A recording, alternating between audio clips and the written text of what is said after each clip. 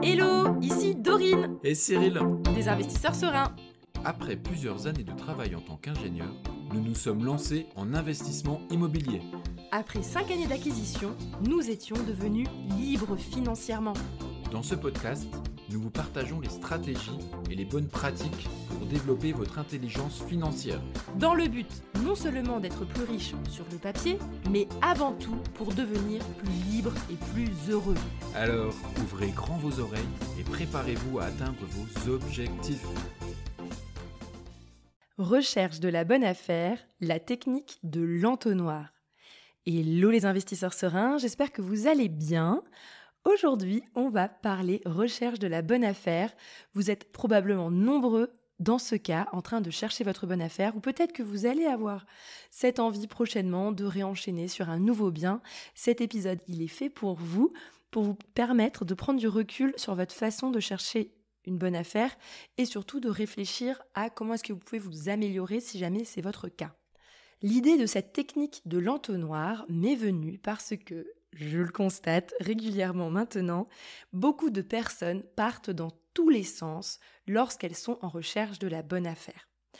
Et elles mélangent les étapes et se retrouvent, par exemple, au moment où elles regardent un bien, une annonce par exemple sur Le Bon Coin, elles vont se dire « Oui, mais alors par rapport au secteur, la validation administrative de la mairie, il faudrait que j'appelle, etc. » Ou après, par exemple, je vais faire des exemples un petit peu dans tous les sens.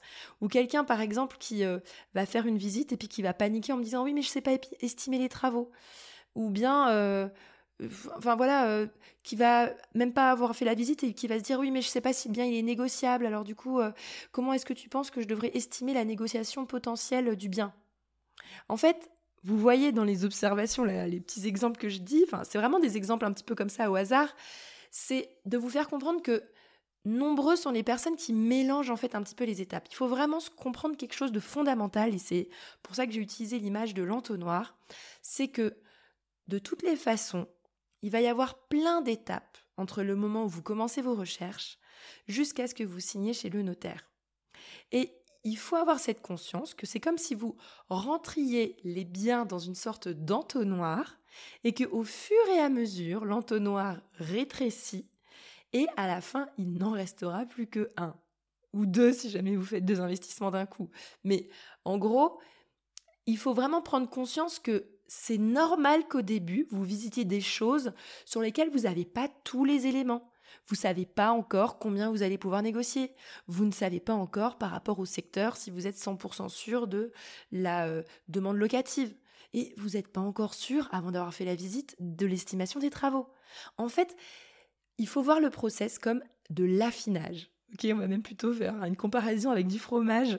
Mais en gros, vous allez être de plus en plus fin et de plus en plus raffiné par rapport à vos connaissances sur le bien que vous pourriez potentiellement acheter. Et au fur et à mesure que vous allez descendre dans cet entonnoir ou dans cet affinage, en fait, vous allez éliminer les mauvaises pioches. Donc, pourquoi j'en viens là ? C'est qu'il faut vraiment comprendre qu'au moment où vous commencez vos recherches, n'essayez pas d'avoir toutes les informations avant même de commencer à faire la visite, ou même d'avoir toutes les informations pendant la visite. Vous n'aurez pas toutes les informations et ce n'est pas grave. Ok ?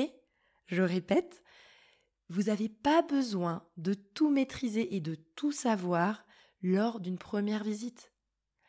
Moi, ce que je vous recommande, et ça c'est ma méthode, c'est que, évidemment, on essaye de visiter le plus de biens possible. Surtout au début, quand on ne connaît pas très bien, on peut y aller un peu large parce que c'est comme ça qu'on va sentir le marché, on va se rendre compte de là où il y a du potentiel ou là où il n'y en a pas.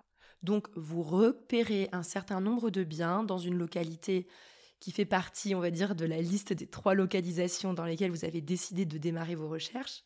Vous attaquez donc les visites et moi, ce que je vous recommande, si vous êtes un petit peu perdu et que vous avez tendance à partir dans tous les sens, la première chose à focuser, je ne sais pas si ça se dit, en tout cas à rester focus dessus, c'est quelle est la rentabilité potentielle qu'il peut y avoir dans ce bien.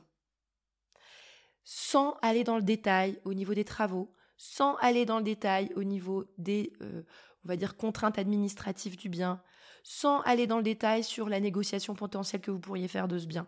Tout ça, on le met un peu de côté, ok ? On le met de côté, la peur de la demande locative, etc. On le met de côté.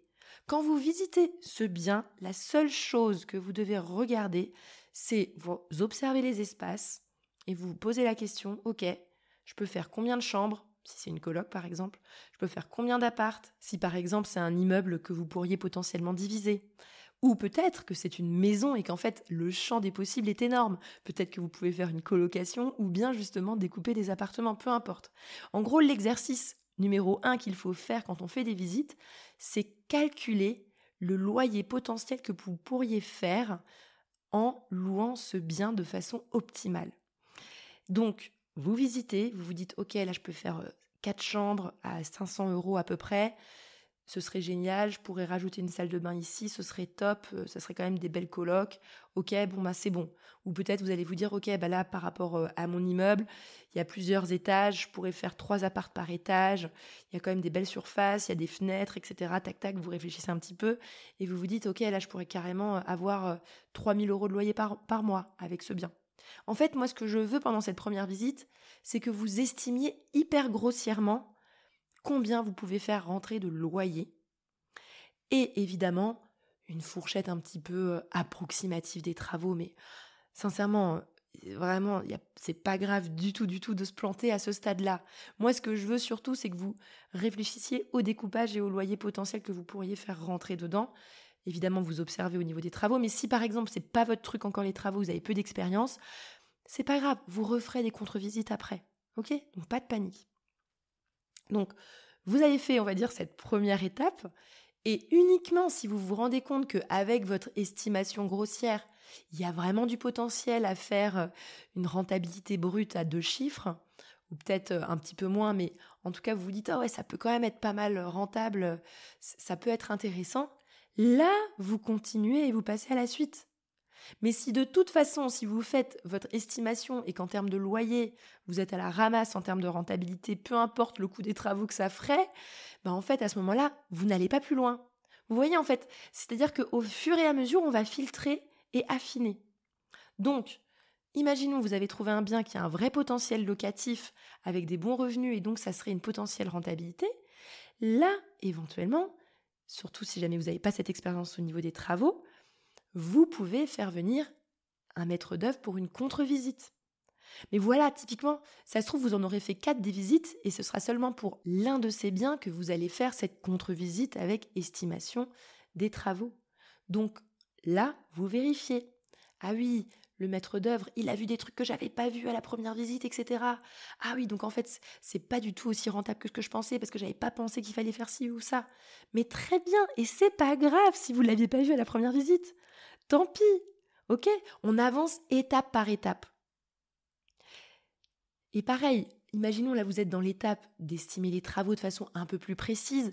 C'est pas nécessaire d'être précis aux milliers d'euros près ou aux dizaines de milliers d'euros près, en tout cas proportionnellement par rapport à votre chantier. Il n'y a pas besoin d'être ultra précis, mais en tout cas d'avoir déjà un premier devis pour vous donner une ordre d'idée de ce que vous pouvez attendre comme rentabilité. Mais pareil, une fois que vous avez fait ça, vous voyez que c'est potentiellement rentable, que ça reste, entre guillemets, que ça mérite de rester dans l'entonnoir et de descendre encore un cran, et ben à ce moment-là, vous allez continuer. Vous allez peut-être faire des vérifications administratives. Vous allez vérifier les surfaces minimums autorisées pour par exemple, pour les locations, surface minimum du studio, surface minimum d'une chambre. Ça peut dépendre des localisations. Il n'y a pas que le niveau national, il y a aussi au niveau local qu'on peut faire ce genre de vérification. Et en fait, tout doucement, on descend dans l'auto-noir. Et ensuite, par exemple, vous pouvez commencer à attaquer la négociation. Et pareil, quand vous attaquez la négociation, ne partez pas du principe que vous allez avoir le bien. Il y a encore plein d'étapes après qui peuvent faire que ça va tomber à l'eau. Donc, on se calme, on se détend, on fait des offres, on attend de voir. Et si l'offre, elle passe, ça ne veut pas dire que vous allez acheter le bien. On ne sait pas encore, il peut encore y avoir des rebondissements. Vous allez pouvoir faire des vérifications, valider le secteur, la demande locative, peut-être faire des fausses annonces pour vraiment être sûr qu'il y a une vraie demande sur le secteur que vous aviez pensé.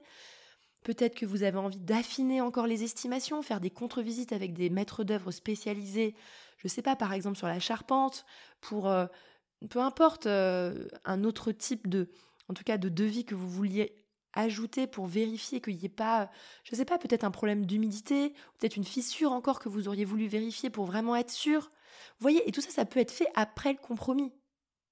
En fait, ce que je veux que vous compreniez à travers cet épisode, c'est que vous ne pouvez pas tout maîtriser en une seule étape. En fait, il faut vraiment comprendre ce principe de l'entonnoir où tout doucement, vous allez descendre dans cet entonnoir, étape par étape, et c'est pas grave si tout n'est pas aligné tout de suite. Vous allez faire les vérifications au fur et à mesure. Et il faut, évidemment, essayer de mettre ses priorités en premier. Moi, je trouve que pour un débutant, c'est pas mal de se dire, d'abord, je fais mes calculs de rentabilité potentielle quand je fais ma première visite. Ensuite, je passe avec un maître d'œuvre pour faire des estimations du chantier par rapport au plan que je m'étais imaginé. Ensuite, je fais des vérifications administratives, vérifier si je ne dois pas créer une place de parking quand je crée un logement, etc.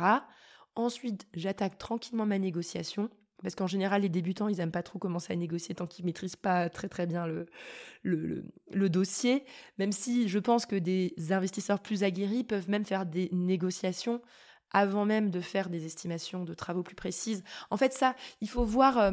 l'entonnoir, on peut le structurer un petit peu en fonction de l'investisseur. Mais là, je vous parlais d'une structure d'entonnoir, on va dire, d'un investisseur assez débutant. Et enfin, c'est pas parce que la négociation elle est faite que le bien vous allez l'acheter.